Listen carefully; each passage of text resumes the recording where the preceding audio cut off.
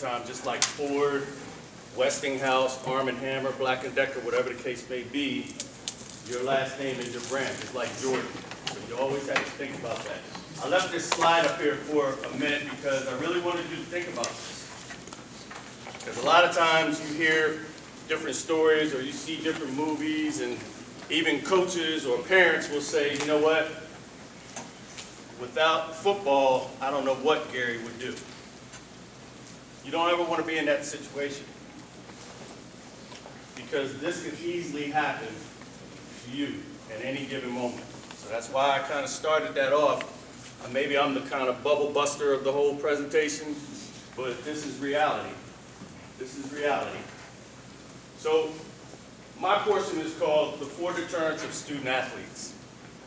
A lot of times on the college level, you hear that they have life skills and so on and so forth. They talk about finances. They talk about how you should interview for a job and so on and so forth.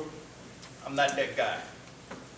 I do something a little bit different because I see things a little differently because of my experiences and some of the athletes I've been around and so on and so forth. So that's where I show you something a little bit different when it comes to life skills and how you really need to look at what it means to be a student athlete. Because sometimes we reverse it a little bit and put athlete first and then student. But you'll see there's going to be some similarities in a lot of the things that you hear tonight. Entitlement, that's the first one. Entitlement. Now, is entitlement limited to sports? No. No. Think about it. When you go to Babies R Us, moms have their own parking spaces. If you go to church or something like that, where's the pastor's parking space? Closest to the door, right? Isn't that an entitlement? Now, I use that picture of 50 Cent because I just thought that was hilarious. Okay, you consider yourself bankrupt, but you go on social media and decide to put up something like this. What kind of message are you trying to send? But we're talking about entitlement in terms of athletics. So people have asked me all the time, why do you focus on character development? And I do it from about the 7th grade level up to about the sophomore year in college. And I start that young because there are 7th and 8th graders that are taller than me, younger than me, that are at tournaments every weekend because they play AAU basketball or something along that line. I've met kids that, you know, around Christmas time when we all want to get the new Jordans and you have to stand in line to get a ticket to stand in line. But I've met athletes that FedEx delivers them to their door before they're even released.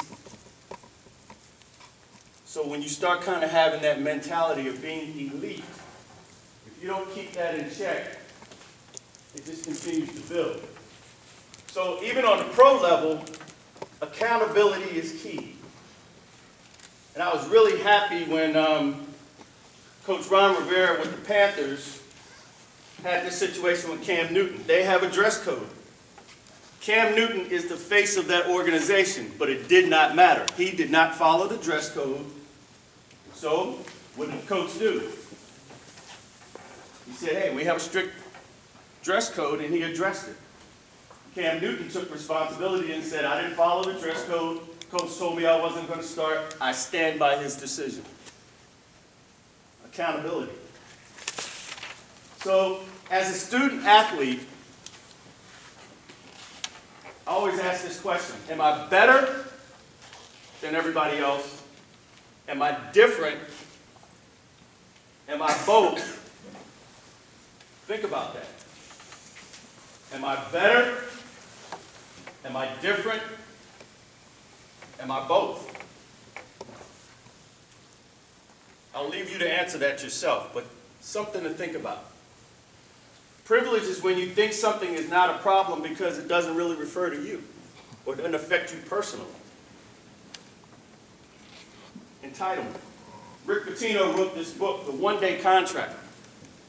And what he talks about is when you step on that field, you step on that court, you step on the tennis court, whatever your sport may be,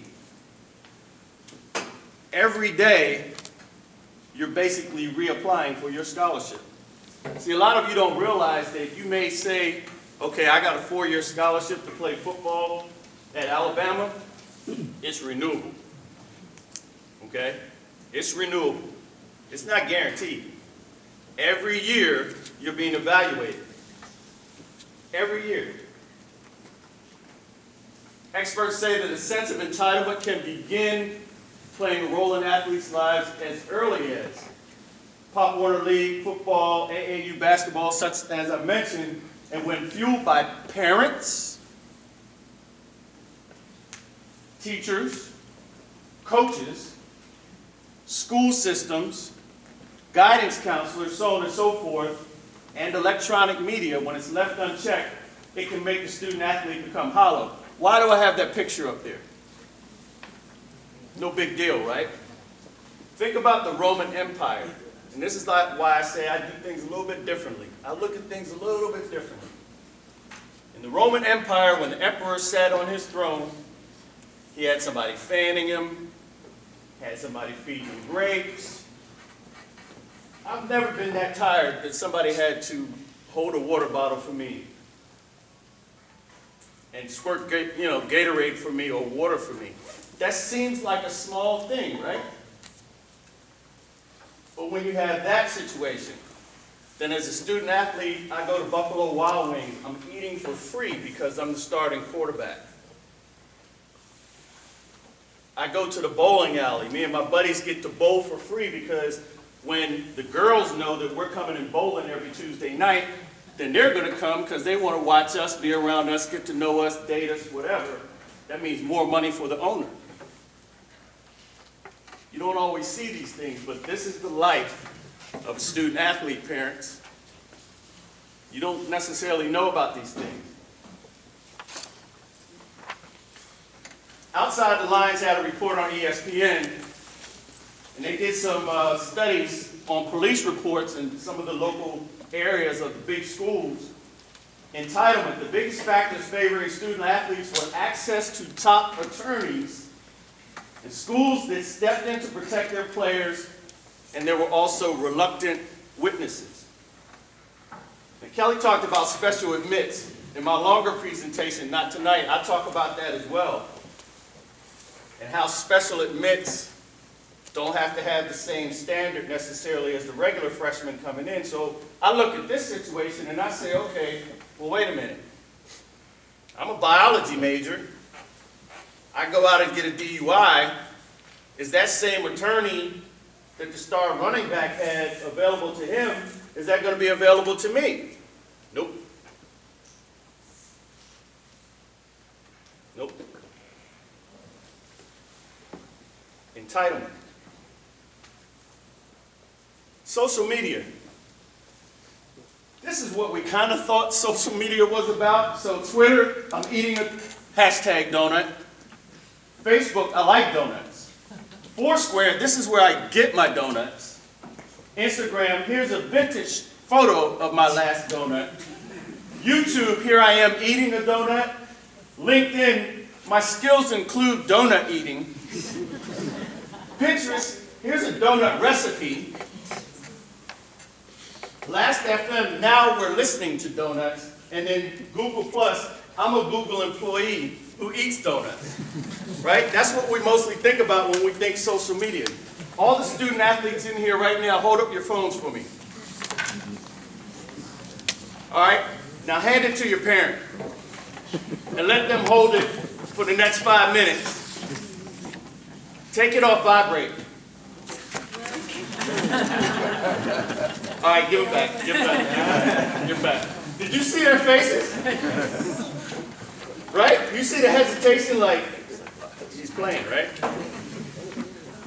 Social media is a big thing. Look at this. Look at the numbers. Active mobile social users, 1.968 billion. Total population is 7.395 billion. Internet users, 3.4